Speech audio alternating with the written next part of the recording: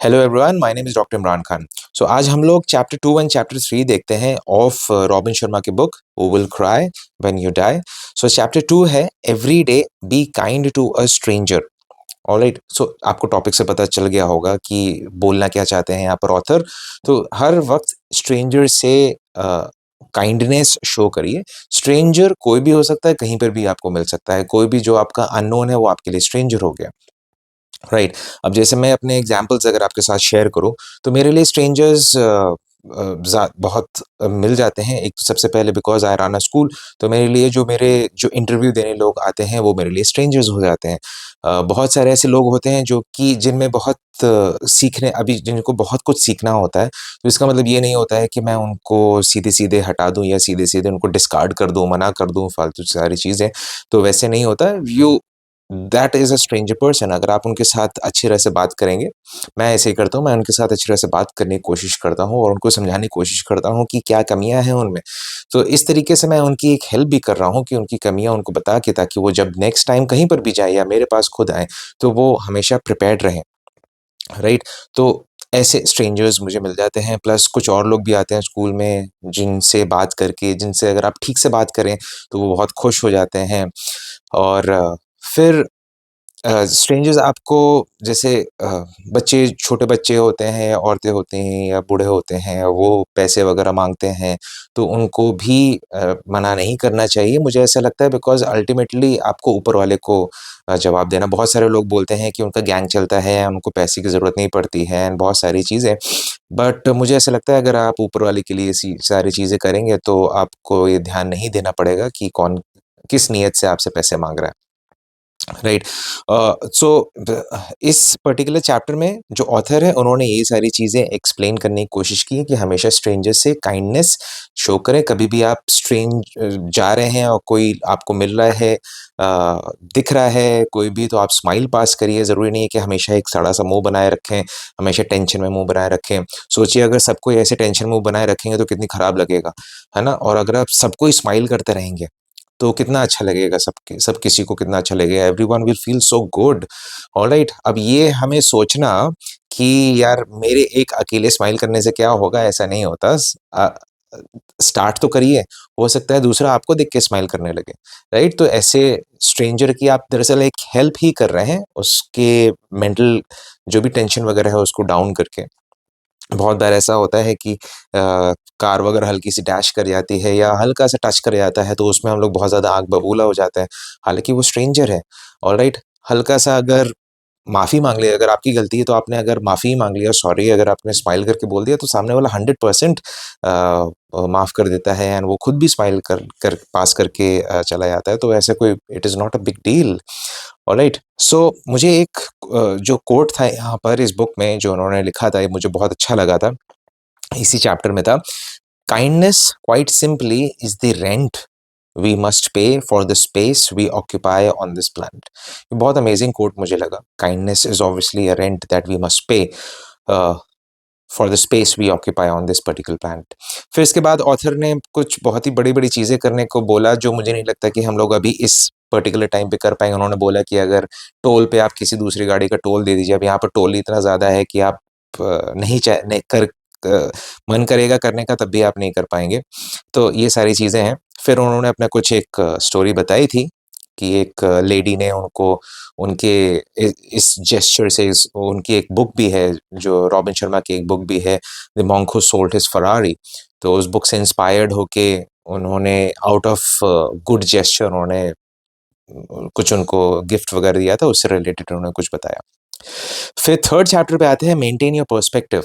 अब ना ये मुझे बहुत अच्छा लगता है, ये पर्सनली मेरे लिए बहुत ज़्यादा इंपॉर्टेंट है और मैं चाहूँगा ये आप इस पे बहुत ज़्यादा फोकस करें। सो इन्होंने एक स्टोरी से स्टार्ट किया कि एक बंदा जो था वो बहुत बीमार था, बेड रिडन था, तो वो हॉस्पिटल में गया। तो वो और उससे पहले एक पेशेंट था, दोनों एक ही रूम शेयर कर रहे थे। जो पहला वाला जो पेशेंट था वो विंडो के पास में बैठा होता था, उसका जो बेड था वो विंडो के पास था। और जो दूसरा जो नया पेशेंट गया था, सो वो थोड़ा-सा दूर था विंडो के एंड वो बेड रिडन था, इसलिए वो उठ नहीं सकता था। सो जो पहले वाला जो पेशेंट था, जो विंडो के पास था, वो हर रोज़ उसको क्या करता था कि हर रोज़ उसको बताता था, वो देखो विंडो में ऐसा हो रहा है, विंडो के उस साइड कुछ लोग जा रहे हैं, कुछ बच्चे खेल रहे हैं, वहाँ पर कुछ ट्रक्स आके रुकी हैं, फलाना जो भी था वो वहाँ पर उसको हमेशा बताता रहता था। अब ये जो दूसरा बंदा था ना, ये थोड़ा-सा उससे जेलस होने लगा, यार वो देख पा रहा है, मैं नहीं देख पा रहा हूँ। तो वो आउट ऑफ जेलसी उसके अंदर इतनी ज़्यादा क्रीप कर गई कि एक रात जब वो पहला वाला जो बंदा था, जो कि विंडो के पास था, उसकी तबीयत बहुत ज़्यादा खराब हुई। वो कफ़ करते रह गया, खाँसते रह गया, परेशान होते रह गया, बेचैन होते रह गया, वो इतना ज़्यादा परेशान था। अगर दूसरा वाला बंदा चाहता तो वो अलार्म बेल बजा के नर्स को बुला सकता था, बट आउट ऑफ जेलसी उसने नहीं बेल बजाया एंड हेंस वो रात में ही वो जो पहला वाला बंदा था, वो खत्म हो गया। जब उसकी बॉडी को ले जा रहे थे, तो दूसरे वाला जो पेशेंट था, उसने बोला, "मुझे प्लीज़ आप विंडो की तरफ कर दीजिए।" तो विंडो की तरफ किया और जैसे ही उसने पीप किया, तो उसने देखा कि विंडो के जस्ट बगल में एक दीवार है।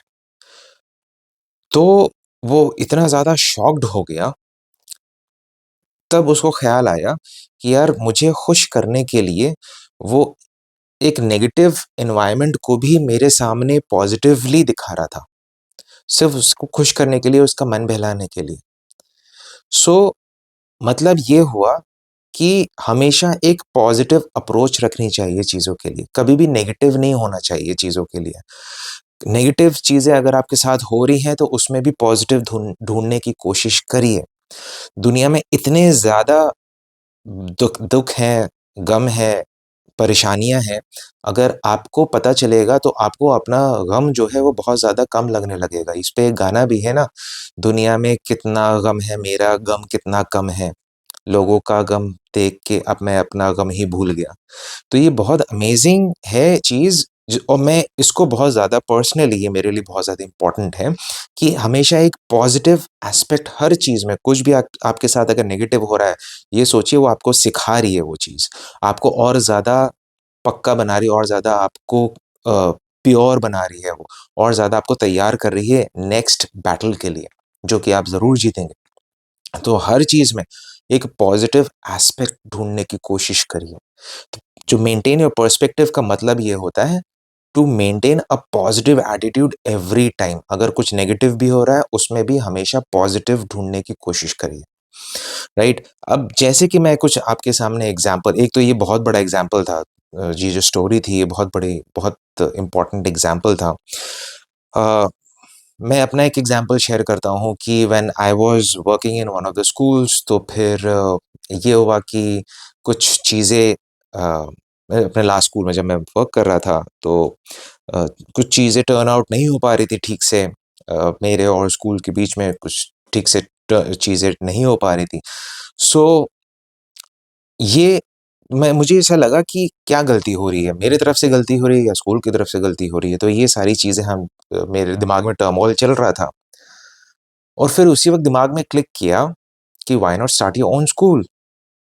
तो अब आप ये देखिए एक वो नेगेटिव सिचुएशन क्रिएट हो रही थी, बट उस नेगेटिव सिचुएशन में एक पॉइंट आया कि why not start your own school? फिर उस नेगेटिव सिचुएशन में पॉज़िटिव आने लग गया। ऑलराइट, उस नेगेटिव एक सिचुएशन ने एक पॉजिटिव थॉट मेरे अंदर ले आया, जिसकी वजह से माशाल्लाह आज 2 साल हो गए स्कूल को रन करते हुए। So it it was a positive thing for me. So हर एक नेगेटिव चीज़ जो आपके साथ होती है, उसमें पॉजिटिव ज़रूर होता है, बस थोड़ा-सा पेशेंस रखिए, थोड़ा-सा उसको एक्सप्लोर करिए कि क्या पॉजिटिविटी आप उसमें देख सकते हैं। राइट। सो नेक्स्ट वीडियो में हम लोग चैप्टर 4 एंड 5 देखेंगे, हो सकता है चैप्टर 6 भी मैं कवर करूं। कुछ और पॉइंट्स अगर आपको ऐसे लगता है मुझे इंक्लूड करने चाहिए in the video, so kindly do let me know. Till then take care, bye bye.